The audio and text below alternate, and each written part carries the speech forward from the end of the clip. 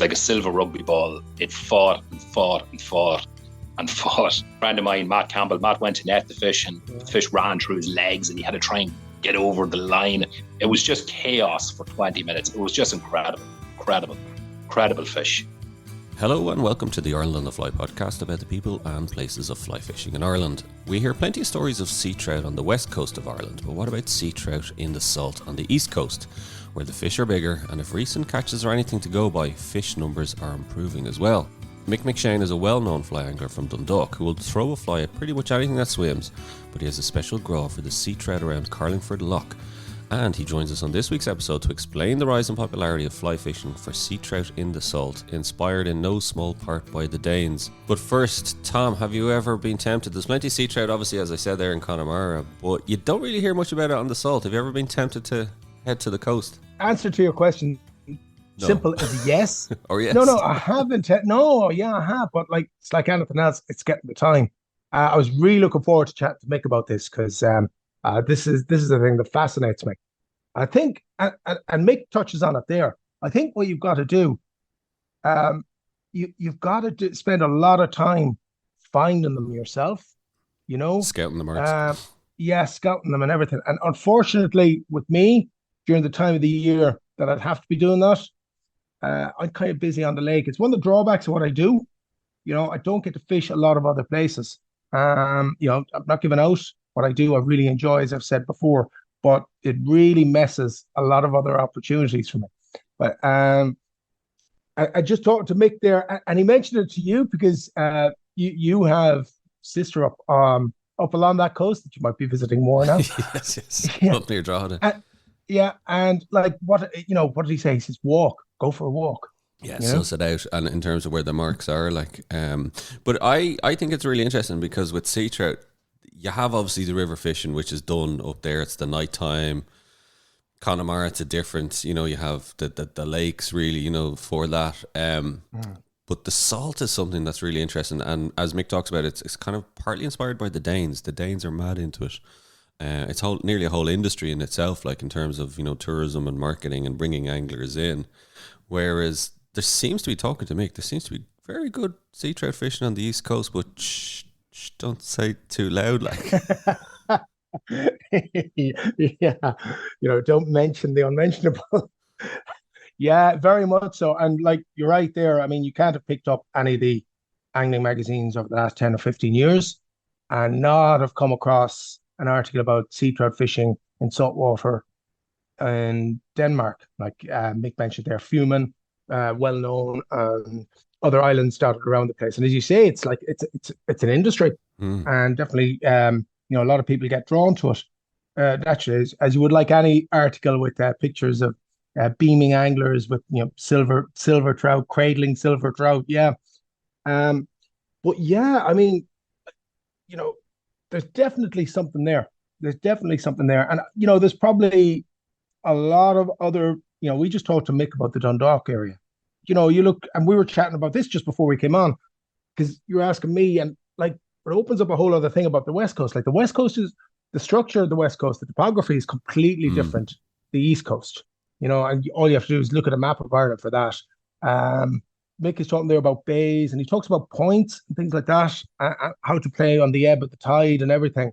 And there's a lot of estuaries. And he talks about flats. This is where I found the whole thing fascinating.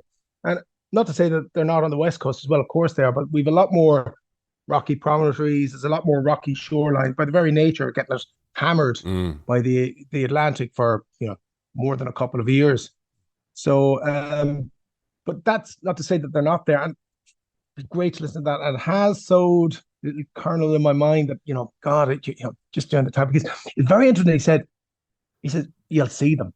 Yes, I thought that was great. He says what did he say? Was it 20 minutes, half an hour, he said? And if he hasn't seen them by then, move on. He moves on, yeah. Yeah, There's a very visual aspect to it. It is, and look, there's something about the sea trout, isn't it? That the coast, really is. okay, obviously there's the rivers and the lakes in terms of, but there's something even more, I don't know, intangible about them in the estuaries, isn't there? And actually, big shout out to Ken Whelan and Chris Cully's book, Nomads of the Tides. Well worth reading for anybody interested in sea trout fishing around the coastline of Ireland, because they go through all the different areas where there's decent fishing in terms of estuaries and river mouths and all that. So, and it's a very, very good read. Big tomb of a book, but well worth checking out. Nomads of the Tides.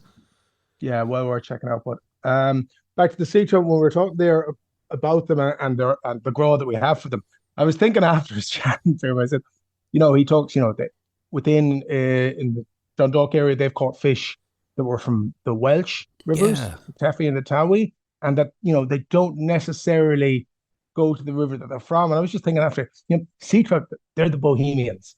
they're the one. The salmon are very set in stone. Yeah.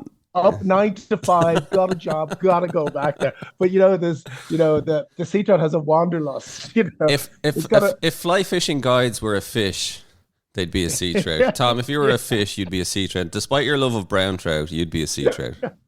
Well, sea trout is a brown trout is a sea trout. Exactly. Yeah.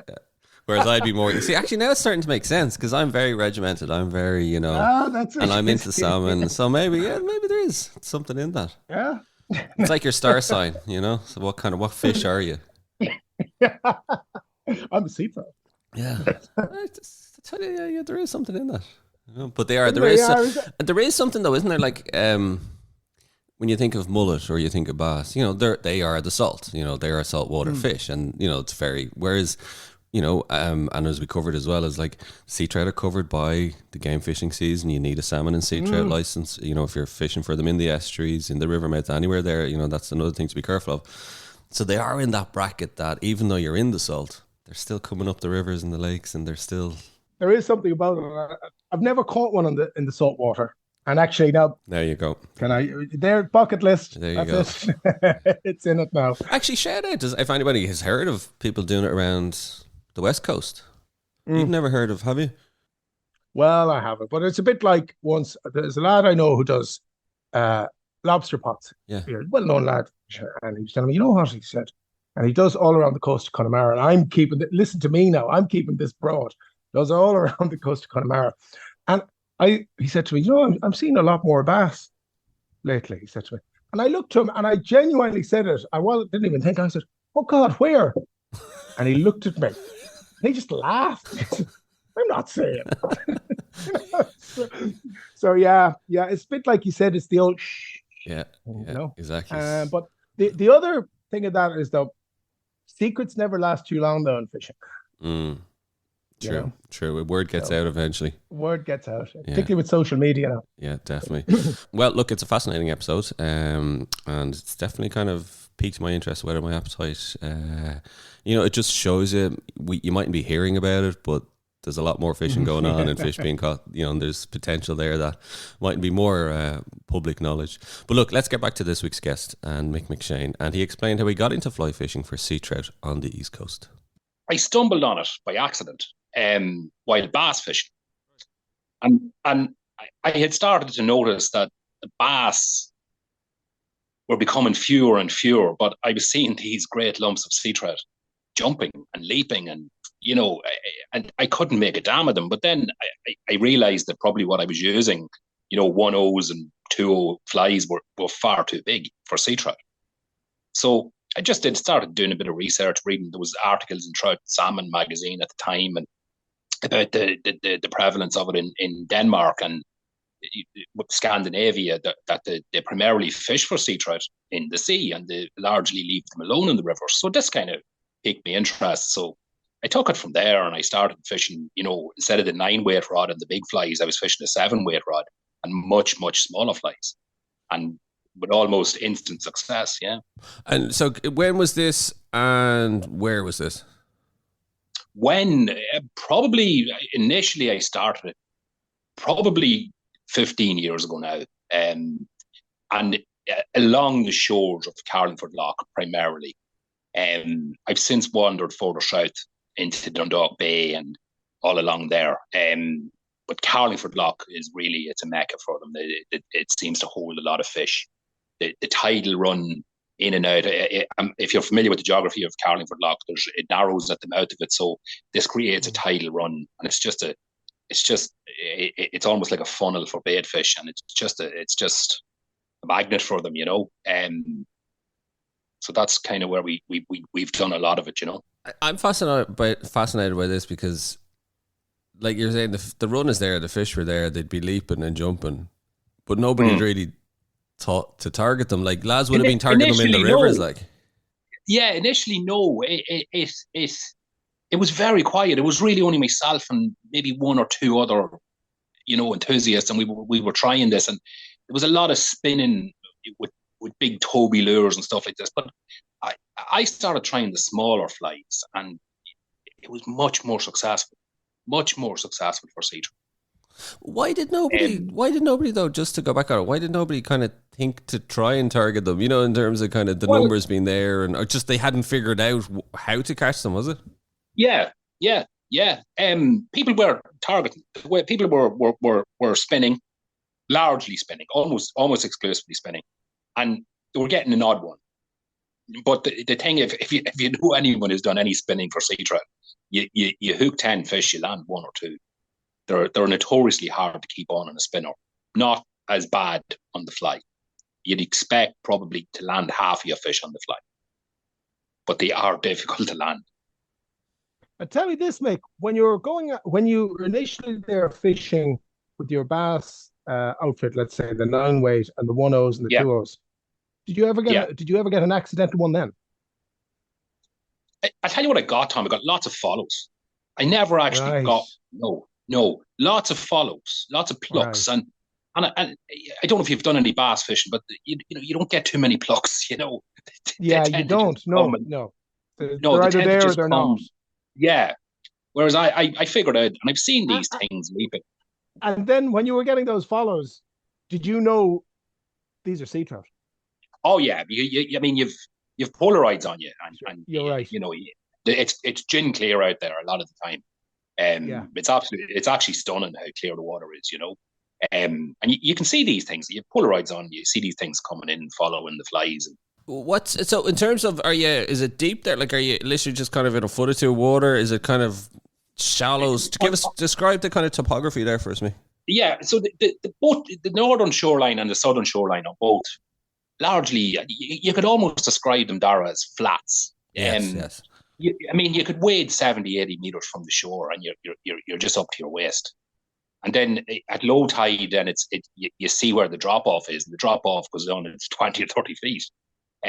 But you're staying well back from that. The sea trout come in, and the bass are coming in, A, for food, and B, for sanctuary from the enormous number of seals that are in Carlingford Lough and Dundalk Bay. That can have a detrimental effect on the fishing. Often I've gone out there and the sea trout are everywhere, and they're leaping everywhere, and you're covering them, but just not taken because they're spooked by the seals. It's a real problem, yeah. And then in the last couple of years, then we got 2 dolphins, which became almost like fungi in Dingle. It became resident in the place. And if you do any research on dolphins, 30 kilos of fish a day. I've read a lot actually in the pages of the likes of trout and salmon in the UK in terms of the problem with seals. Yeah, and a lot of anglers giving. Is there anything that can be done in terms of trying to keep everybody happy from a conservation point of view, but also an angler point of view, or are they completely protected? They're completely protected. In a sense, it's not the seal's fault. Their food source at sea has been overfished, so they have to turn to an alternative food source. So now they're in. In my lifetime, I've seen a dramatic increase in the amount of seals that's in Carlingford Lough and Dundalk Bay. Can you actually say that yourself, Mick? In your own fishing span, there, you've seen an increase yourself. Oh, massive, Tom, yeah. They come within a few yards of you, Dara. Yeah. Did they ask you what you're fishing? Those size 1/0s, way too big, Mick. Yeah. No, that's. I got a lot of follows. I've often seen them, and they could be 150 yards out, and you arrive to start fishing, and they dive and they appear 10 yards out. They come to investigate you to see what you're doing. Oh, jeez. God.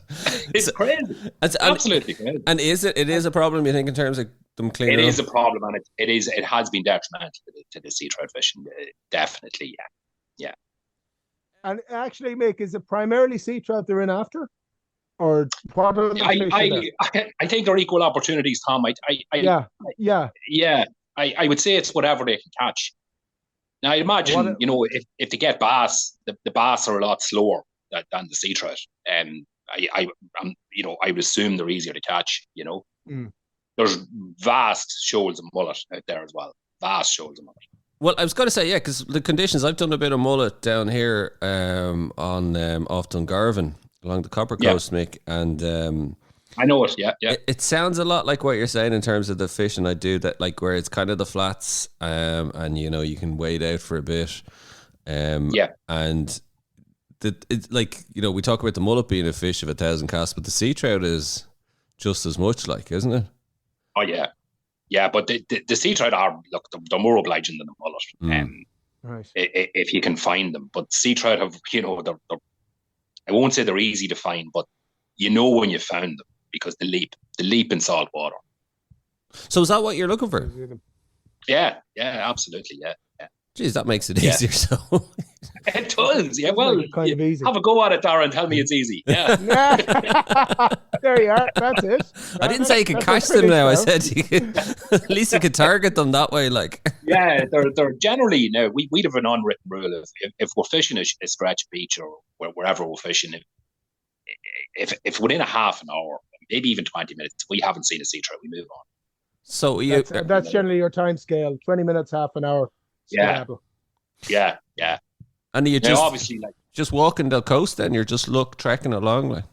Yeah, sort of. We've got to know our local area really well, and you'd kind of know at the stage of the tide. Well, we'll go to this spot or we'll go to that spot, but you learn this through experience. The same rules apply to anywhere. Like, there's certain things to look out for. Headlands. They love headlands because generally on the ebb tide, if there's a headland on the ebb tide, it's going to create a little bit of a tidal run. And you'll often find sea trout on the side of that. Somewhere where rock meets sand, another likely spot. Little streams running across the beach, another likely spot. But you get to learn these after several years of, investigation. Come here then, Mick. How much did you learn from what you could garner from what they do in Denmark then? A little, Tom. I learned a lot of what I learned it myself. Yeah. The YouTube stuff and the reading, and it just kind of put me on the right track, like in Denmark and Sweden particularly, they use quite big flies. Like, they could use 5 or 6 inch flatwings, stuff like that.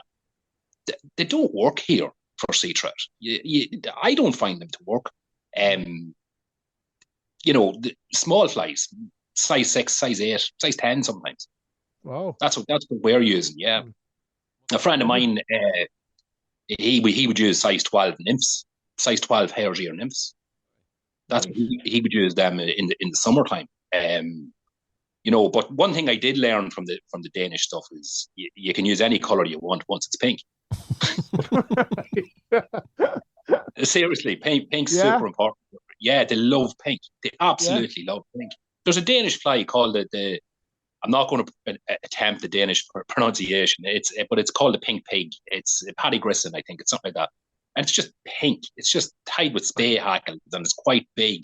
But I kind of shortened it down to where I'm using craft fur and CDC, pink CDC and SLF dubbings and stuff like this, just to make a much smaller version. And it's absolutely lethal. It's a lethal fly.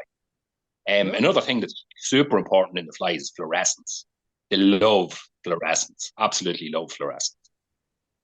So glow brights, things like that. Glow brights, Tom. Just any. If you're using bucktail, fluorescent. All right. Fluorescent white. Fluorescent and all fluorescent white flies. Superb. My friend Tom met Philip McGuinness.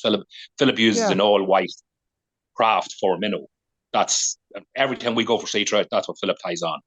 White is another great color. But I would always have a pink fly on, always. How many do you fish, actually, as a matter of interest? Now, Uh, I've lost several really, really, really good fish through having a drop up. It would depend where I'm fishing. If I'm fishing over the rough ground, I'd go with one, Tom. If it's sort of mixed ground or clean ground, I'd fish two. No more than that. You're only asking for trouble, because you're going to have to bring this fish in over the bladder rack and over the kelp and stuff like this, and you're only asking for trouble, Yeah, it's not worth risking it. No. Well, maybe talk us through the rest of the setup then, Mick. So what is it? 7 weight? Is that what you're saying? Yeah, it's as basic as you can get, Dara. It's 7. I use a 9'6" 7 weight. You can use a 10 foot, no problem. Floating line, intermediate, midge tip, any of that kind of line.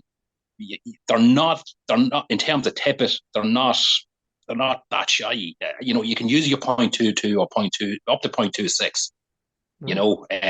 They're not line shy. They're really not. Like, it makes no odds. Yeah, again, as I said, the flies are between size 6 and size 10. As I said, just the pink and everything else. One thing that's super important, absolutely, I'd invest in it, is a line tray. Yes. Absolutely super important. Yeah, game changer. That as well, Dara. Yeah. When you've been because I haven't done any beach. Well, a lot of beach fishing or anything. But I know when you were talking about it, Dara, and other lads I've been talking to, they'll say, yeah, you've got to have a tray. Oh, your head would be melted like otherwise. Yeah, I do a lot of pike fly fishing as well, even in the boat. And I'd always have the line tray for that as well, So tell us, Mick, in terms of, are you looking for like the kind of spring tides, or what's the kind of conditions you're looking for? Is it related to that, or? Spring tides can be very good because they can give you longer on certain marks, and obviously you have a stronger tidal push. It's absolutely, look, I can't speak for the rest of the East Coast, but I know where I fish. We could arrive maybe an hour or an hour and a half before high water, and the place is dead. There's nothing. Come the ebb, it comes alive. Sea trout in my area certainly love the ebb. Okay. They just come alive. Yeah, they just come alive on the ebb. Yeah. You Here, could be there the whole flood, not see a sea trout, and then you have slack water, and then it starts to ebb out, and the sea trout switch on. I don't know why that is. Is that the case in other places when they're sea trout fishing, or in other places are they fishing on the flood? I'm sure the stuff I've read, Tom. I don't. To be honest, I don't really travel for sea trout fishing. If I'm traveling to the west, or I'm traveling to the south, I'm bass fishing. So I don't do it anywhere else. Yeah. There's a culture of it in Donegal, the Erne estuary and stuff like that. I think that's done all around the tide, all stages of the tide. Grand. But I find the ebb is definitely the when they really switch on. They start leaping at the ebb and everything. Like, it's just, I don't know why it is. In terms of time of year, when do you target them? Your normal fishing season, really, from March right through, depending on if the weather holds, to September. I find May excellent, which you're doing other things in May, as you know. May is excellent. June is really. I've had some great. Once the May flies over, I'd be heading it for sea trout, and June can be really, really good. I know. In again, going back to Denmark, they'd be February, March, April is their key months. Not so much with us. It can be very hard to get a fish early on. But we obviously don't fish until the 1st of March anyway, because that's the legal season, Yeah, so I want to ask, sea trout in the salt. How does that work in terms of the season? Yeah.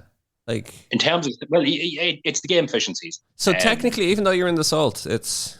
Yeah. Well, I think it's a bit of a sticky issue. Look, to fish Carlingford Lough in particular, right? You need the Lough's agency license, and it states on the license 1st of March to I think it's the 31st of October. I wouldn't want to be out before the 1st of March or after. Anyway, not in the sea up to your whatever, no thanks. So it's never really an issue for me. I think if you're going further south, it's still, you still need the salmon license. You still need the state salmon license if you're fishing outside of Carlingford Lough, and that's the game fishing season also. They don't really. It is different in Scandinavia. That they fish all winter for them. You think of the salt and you would be thinking, sure, it's grand, It's a bit of a grey area. Yeah. I'd actually look. If you have somebody from IFI on here, you should ask them to clarify it. It is a grey area. It is a grey area because you can fish in the sea all year. You're fishing for bass. You're fishing for pollock. You can fish in the sea. They can't act. But if you see someone near an estuary with a 7-weight rod and a pink shrimp, he's sea trout fishing. Yeah. I'm gonna look it up there. So you have your certain points and everything, but you said earlier on that you can see them sometimes following them. Can you actually spot fish beforehand in the clear water? Can you sight fish them? Yeah, that's what I mean. Rarely. It doesn't happen, Tom. Yeah. Well, obviously, if you see a fish jumping, they tend to go in groups of the same size class, So if you see a 3-pound fish jumping and you cover him, he could have 5 or 6 other 3-pound fish underneath him. It may not necessarily be the one that jumped. Yeah, but it gives you an indication of where they are. The smaller fish will go around the much bigger groups. So if you hit into a fish from 3/4 of a pound up to a pound and a quarter, you could have great sport because there could be 100 of them in front of you. Right, yeah. The shoals or groups or whatever you want to call them get much, much smaller as the fish get bigger. Yeah. Yeah. And tell me this, Mick, when they switch on, is it a case of just casting into them and you have a good chance? You would think, wouldn't you? I'm living in hope here. No, I wish it was. Make it easy. Encourages. I wish it was, Darren. No, it's not. It's not. A mutual friend of myself and Tom's, Deck Condon. Deck has a word for sea trout, which I can't repeat in this forum, but they could be in front of you and they could be leaping and jumping and you're casting a fly and you're getting a pull every cast and you can't make one stick. That's quite regular. And then there's other days where you see 2 fish jump, you cover them and you get them. Yeah, they're just an enigma. But that's half the appeal. I think it's very like mullet actually in that sense. Again, I keep bringing it back to my experience with mullet. They're not quite as severe as mullet. Oh, Jesus God. Yeah. I've been tearing my hair out. I've been tearing my hair out trying to catch one. Yeah. I used to have a big head of curls. As you can see, I don't bother mullet fishing. Yeah. Or sea trout. Or sea trout, yeah, obviously, yeah. Correct. Just actually on the season, I'm just on the Fishing in Ireland website. They're saying some areas the season opens as early as January 1st. And the fishing can take, depending on location. When fishing in a river estuary, then the close season for that river will apply. When fishing coastal areas, you must check what river catchment you're in, as the open-close season for some rivers is defined by the district or catchment. So they're saying, well, all along the East Coast, Dara, as far as I'm aware, is I think maybe with the exception of the Slaney. Does the Slaney open for spring salmon? Pretty sure. A bit earlier. Yeah. But generally, the rivers that they're the 1st of March. So and as it says as well, you need a state license for salmon and sea trout. So that clears that one up. Thank you for that. Mick, tell us what kind of size of fish. Wow. I don't want to get carried away here, but I've seen absolutely enormous fish, enormous double figures. Nice. A friend of mine, Philip, who I mentioned earlier, they had a boat back in the 70s, netting for salmon, and they netted a 16-pound sea trout. Monster. Yeah, like they were netting them legally back then, 16-pound sea trout. I've hooked them double figures. My biggest has been 7 pounds. What's the fight like? Incredible. Yeah. Much stronger than in fresh water. I don't know why. Incredible fight. Yeah, the first thing to do is run. The second thing to do is jump. You're fighting these massive fish in 2 foot of water, 3 foot of water. So they can only do one thing, and that's run. And you're not in a boat. You have to stand and fight them. It's incredible. It really is. It really is. It's tough fishing. It's challenging fishing, but the rewards are there, and the rewards are spectacular. Speaking of size of fish, Mick, because part of the reason we wanted to chat to you was that there was reports of like good sea trout being caught on the East Coast during the season. Absolutely, yeah. Is it? Yeah, tell me, have you heard good stories of good fish being caught? And is it because, do you think, more people are targeting it, or are the runs getting better? There's a few things going on there, Dara. I think more people are doing it, certainly. We touched on it earlier on about the YouTube and internet and stuff. So people are going out and they're trying it. Also, social media has a big part to play here. These fish are possibly always been caught, and we didn't know. Sure. So people are now, Facebook anglers. They're. I do it myself. You catch a fish, you put it on Facebook. All of a sudden, everybody knows about it. But yeah, they are, and there's more. People are becoming more aware of the flies to use and various different things. Like where I fish, it's funny. Like at Greenore Point is, it's a point that juts out into very deep water, and people fish there for mackerel. And every year, almost every year, somebody catches a lump of the sea trout on a mackerel feather. It happens almost every year. You always hear, "Oh, there was a salmon caught," but there wasn't.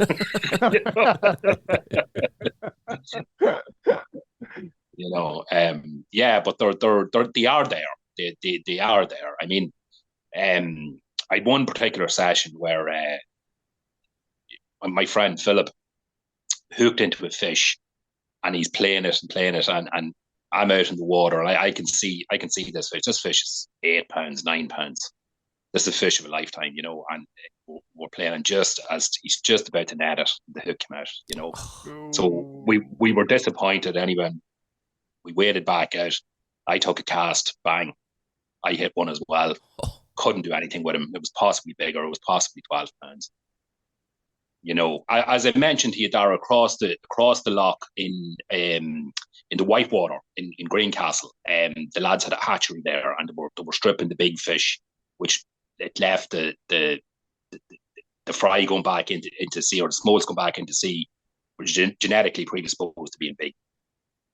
So that's possibly why we're seeing so many big fish.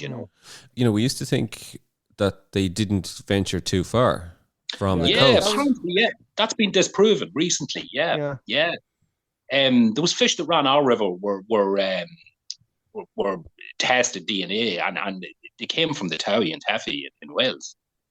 And they were feeding over in Carlingford Lough, But then heading back to spawn. I don't know. I think they wander more than, they're very random. I don't think I know they don't necessarily run the river they were born in. Yeah, they're not like salmon. No, I mean we've a river here, the River Fane, and years ago there was a fantastic run of sea trout, and they've just stopped. They've stopped running the Fane. But the other river, the River Castletown, still gets a great run of sea trout, and it flows through 4 housing estates. It's bonkers, That's amazing. So I was going to ask you actually, because the sea trout in Carlingford Lough, what river do you reckon they're running at? The Whitewater, a lot of them. You think they're running the Whitewater, yeah? Yeah, I would say, but I mean, just around the corner, there's little rivers along the Cooley Peninsula, Tom, which have sea trout, which sea trout do run them. There's one little river in particular I know was quite famous for huge sea trout, big sea trout, right, running this small little river, Our own river, of course, in the Castletown River, and the Fane still gets some sea trout, but not the amount they used to, You mentioned housing estate, and that was going to be my next question, Mick, is with the development, obviously on the East Coast, more so than anywhere else in the country. Like, what kind of detrimental effect has it seen? Have you seen? That's the fun. None really. Not in terms of what's running the rivers. Yeah. No, the River Castletown still has a fabulous run of sea trout. It's amazing.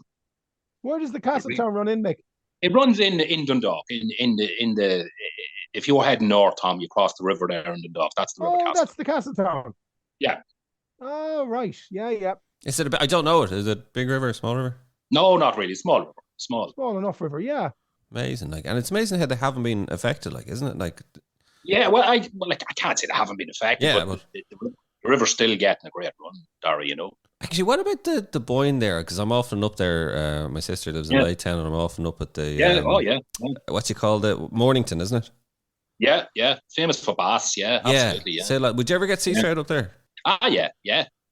Anywhere, I suppose that's the thing about it, isn't it? You could just, like you said, if you had the river rod or whatever you've got set up, and if you're living up near the east coast, target any of those kind of the mouths of those rivers. And I mean, fish a size, say something like a size 6 surf candy or a size 6 clouse or a pink and white clouse or something like that. You'll pick up bass and sea trout. There are hybrid flies that will catch both of them. Now, I know you could put a bass fly on the point and fish a smaller fly on the dropper, but it doesn't seem to work. I don't know why. Do you ever get interested then, Mick? I know you have, as you said, you've Dundalk Bay, you've Carlingford above it. You obviously have plenty there. But do you ever get the bit of a notion maybe to head further south? If I go south, Tom, maybe I'm missing a trick. But if I go south, nosebleed. Yeah, I get a nosebleed. No, I love Wexford, for instance. Waterford's beautiful as well. I would imagine. I know from selling flies and that Wicklow. A lot of people would be fishing for sea trout in Wicklow and the beaches of Wicklow. Right. So obviously they're there. If the conditions are right, I mean, there's no reason they wouldn't be all around the coast town. Yeah. And have you ever gone north? Did you ever try Strangford? No, I often meant to. I think Strangford and Carlingford are very similar. Very similar. Strangford is meant to have some good spots in it. Yeah, I think so. Yeah, but it's Strangford Lought's a bit bigger, and you don't know the locality, you don't know the area. So we kind of stick local. Yeah, it's very easy. Look, and I know myself, it's always easier to stick to places you know. Yeah. Because you've put the time into them. Yeah, exactly. Because I think especially with the salt, you really have to know it, don't you? To get the most out of it. Look, Dara, it's wild fish. Tom, you know more than anyone on Corrib. It's how everything wild fishing is. Yeah, exactly. Yeah, but everything can look right, and you just get your ass kicked. Yeah. It's just wild fish. That's just it. I think the west coast would probably have more sea trout than we do. We've bigger. I think that's a well established fact. Yeah. Like I go to Dunlow and Donegal every year, fishing in the lakes for sea trout, and it's brilliant fun. But they're small. Like we're leaving our own river to go and fish for them. But it's just the variety, and it's different. Yeah, it's a different type of fishing, and what you're letting yourself in for, and it's still good fun. It's great fun, Tom. Yeah, absolutely. And it's funny. It's like what we said before. If you got a fish 1.5 pounds or 2 pounds in Dunlow, you'd be over the. That's a great fish, and great fish. Yeah, you're in Dundalk Bay. You get 1 to 2 pounds. You won't even look at it twice, really. No. It's funny. Yeah, it's all. Yeah. You manage your expectations, don't you? Yeah. Nighttime fishing, has that been done much for them? Yeah, the river fishing is almost exclusively nighttime. Yes, of course, yeah. And is there much actually, just on that, is there much sea trout river fishing done? Because you always hear about whales, you don't really hear a massive amount. It's very, particularly the Castletown River that I mentioned, very popular on the Castletown River. Okay. A little bit too popular, maybe, it's can be hard to get your spot. I don't do it anymore, to be honest. Combat fishing, yeah. Combat fishing, Tom, yeah. And when the kids came along and getting home at 2:30 in the morning, it's tough going, What about nighttime on the coast? Have you ever tried that? I have, with mixed success. It's not as good as you might think it would be. Generally, if you're going to do that, you're going to do it in the summer, and it's just bass. You're just getting bass really switch on at night. Never really found sea trout to do it. Dusk can be a great time for sea trout, but then I love that. I love that, Mick. That sounds lovely. It's just bass. No, but those what bloody about double figure bass jumping onto my flies. You know. No, but what I'm saying is, the bass tend to be prevalent once it gets dark. Yeah. You know, and certainly on the coast. I know there is a culture of it in Scandinavia of fishing at night for sea trout in the sea, but no, not. It's not something. Would you reckon that tide is more important than light then? Yeah, definitely, Tom. Yeah.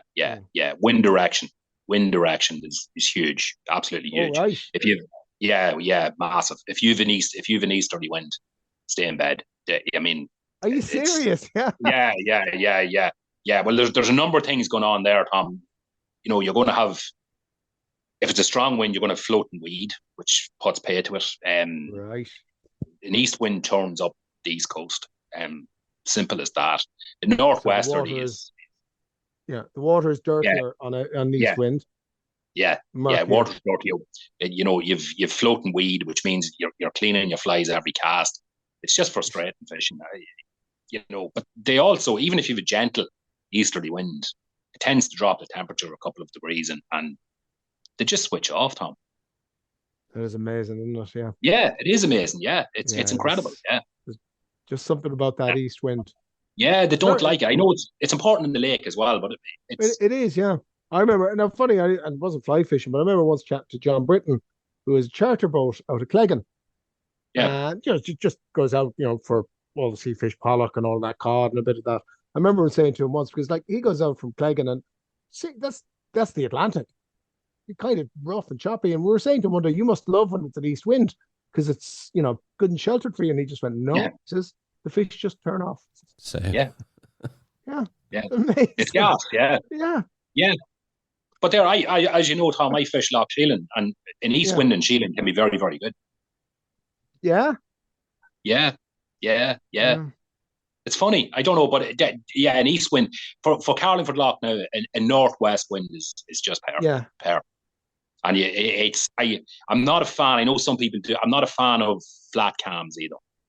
Right. I do like a wave and a riffle, almost like the lake, you know. It gives you a bit of an edge. I think it gives you a bit of an advantage. Yeah, it does. And would you say, like in flat cam, in let's say in the salt water, that they can be a bit edgier? Harder to catch? Definitely. Right. Yeah, it's also harder to approach them, and we don't have as much of a name for it, I suppose, as a destination in terms of sea trout anglers. Like, would you expect more Danish anglers to want to come over and try their hand at it? It's not something we're pushing, is it? Sure, it's not. It's a different ball game. I mean, they release tens of thousands of basically stockies into the sea in Denmark. Really? Do they? Yeah, they do. Yeah. Oh. Yeah, and they obviously went. Yeah, they do, Tom. Yeah, and obviously, when they're put into the sea, they gain condition very quickly because the sea's so fertile. You know, there's loads of food for them. You know, and these you'd never know that they were stockies, but they are. You know, I'm not saying all of them, but quite a few of them. Yeah. And do you know what size roughly they're stocking them in at? I don't, Tom. No, there's hatcheries, and it's a real industry almost over there. You know, it's a destination, the island of Funen. Funen. So tell us this, Mick. Do you primarily now during the game season for you? Do you primarily target sea trout, or do you obviously you do a bit of mayfish? Tell us a bit. I fish for everything. Really? I fish for everything. Yeah, everything. So where did it all start for you? Where did it all start? I mean, I lived quite close to the Castletown River growing up, so you'd be knocking around there, you know, all little boys, and you know the length of line on a stick and catching eels with worms and stuff like that. My dad didn't fish or anything like that. I just took a notion one day myself, and that's where I started. Yeah. But was it like rivers, salts? You were just when did you kind of started on the rivers, certainly. I still love the river fishing. You know, I still love fishing for brown trout in the river. Sea trout, obviously, in the river. I was an adult really when I started again, bass fishing, and then that led on to the sea trout fishing, And I'm just interested, what led you from the river to bass and the salt? I just love fishing. I just love fly fishing. Any species, absolutely any. I love me pike fishing. Love me fly fishing for pike. Bass. I love bass fishing. Bass on the fly is spectacular. When it's right, it's just amazing. And would you still do much bass on the fly? Yeah. I'd say very often in the summer months, you bring two outfits. Or a good 7-weight rod will tame any bass, really. And fly tying is also a big part of it for you as well. Have you? Yeah, definitely. I'm probably what I'm best known for. Absolutely. Yeah, I do a lot of fly tying. And in terms of have you found yourself kind of innovating, coming up with flies that you've tweaked, that you've kind of made your own? Yeah. Well, definitely. The sea trout stuff. Most of the sea trout stuff I use, you might take inspiration from other places but yeah, I would have tweaked it to my own stuff. I come up with stuff for the lakes, for trout as well, and stuff like that. Yeah, I love. I don't just sit down and type patterns from books. No, I definitely put my own twist on them. What about salmon? No, never. It never bit me. No, Well, that's it. Short. End of the. moving swiftly along. No, I've done a bit of it. It just it doesn't do it for me. No. Well, I have nothing more to say there. So I want to throw in my 2 bit there. I've used plenty of mixed flies, and they're deadly. I'll say that much. I've mixed been very good to me now with flies now down throughout the years, and yeah, definitely got it. I'll say that if you make some deadly patterns there. You're not bad yourself. Yeah, but got to spread it around. Oh yeah, no. Really have you're an excellent tire, Mick. Have been for years, and as you say, a lot of guys know you, and you go, oh geez, that's one of Mick McShane's patterns. Thanks, Tom. It's great to hear that. Yeah. Do you tie to order, Mick, or? No, not anymore. I used to. And then I had to grow up and get a real job. So I don't really have time anymore. I still tie a few selections every so often and sell them. So are you gonna just you kicking your heels until kind of March comes and then you'll? No, you do the pike. Yeah, where you doing the pike? Yeah. Everywhere. I cheat a bit with the pike. I go to trout waters. I love the trout waters. You get some magnificent fish in the trout waters. Now they're probably, when I say trout waters, I mean stocked fisheries. There's a lot of them in the kind of the Cavan, Monaghan, Armagh area, which isn't too far from here. Right. Some fabulous fishing in them. It really is. It's stunning, and the fly is by far the most effective method to get them. And then for the sea trout, would you maybe when the conditions start getting milder, kind of April, May, is that when you'd start to look to kind of? Generally we'd be out in March. Really? Yeah, there's a couple of us who are real enthusiastic, and we'll convince ourselves that it'll be good in March, and we'll go out in March and we'll get mild hypothermia and maybe a fish or two. It's another one to check out. Well, I tell you, I know what's going to happen. The next time you're visiting your sister, she's going to wonder why you're gone walking all the time.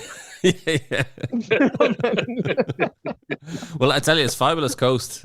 The beaches, the length of the beaches, and my God, it is. It's stunning coast. Like it really is. It's not ideal for fly fishing, Dara. For bass anyway, it's loads of bass there, but it's not ideal for fly fishing because you're not really covering the ground. You need to seek out the rough ground.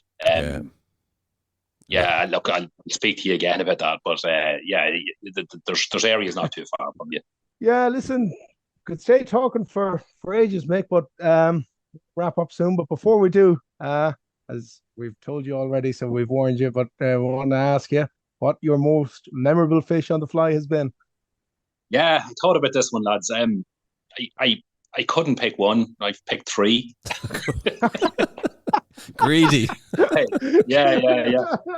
I had a 5-pound sea trout. Wasn't my biggest fish, but it was certainly my most memorable. It was just the condition of it. It was like a silver rugby ball. It fought and fought and fought and fought. A friend of mine, Matt Campbell, went to net the fish, and the fish ran through his legs, and he had to try and get over the line. It was just chaos for 20 minutes. It was just incredible fish. And you landed it.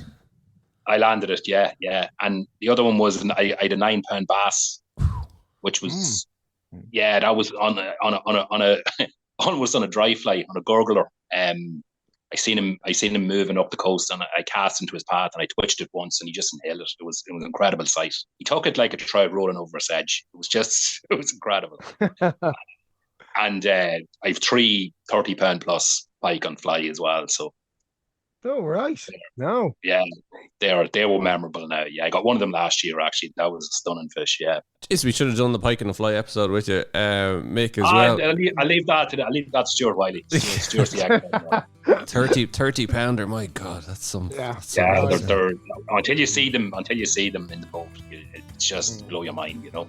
From sea trout to everything else in between, I tell you, fair play to you. You're some all-round angler in terms of... And I suppose, look where you are, you've great choice of waters there. Yeah, we do. Well. We've great choice there. Yeah, absolutely. We do. Yeah. Brilliant. Yeah, we're lucky. We're not too far from anything, you know. Yeah. Well, I'll bring the fly rod next time. You never know. Absolutely. Yeah, Mick, thanks a million for joining us. And no problem, lads. Thanks for having 2024. Me. You too. Take care. Our thanks to Mick McShane for joining us on the show. Don't forget to rate, review, and follow the Ireland on the Fly podcast on Apple, Spotify, or wherever you get your podcasts from. Plus, you can keep up to date on IrelandOnTheFly.com as well as on Instagram, and myself and Tom will be back with another episode about the people and places of fly fishing in Ireland.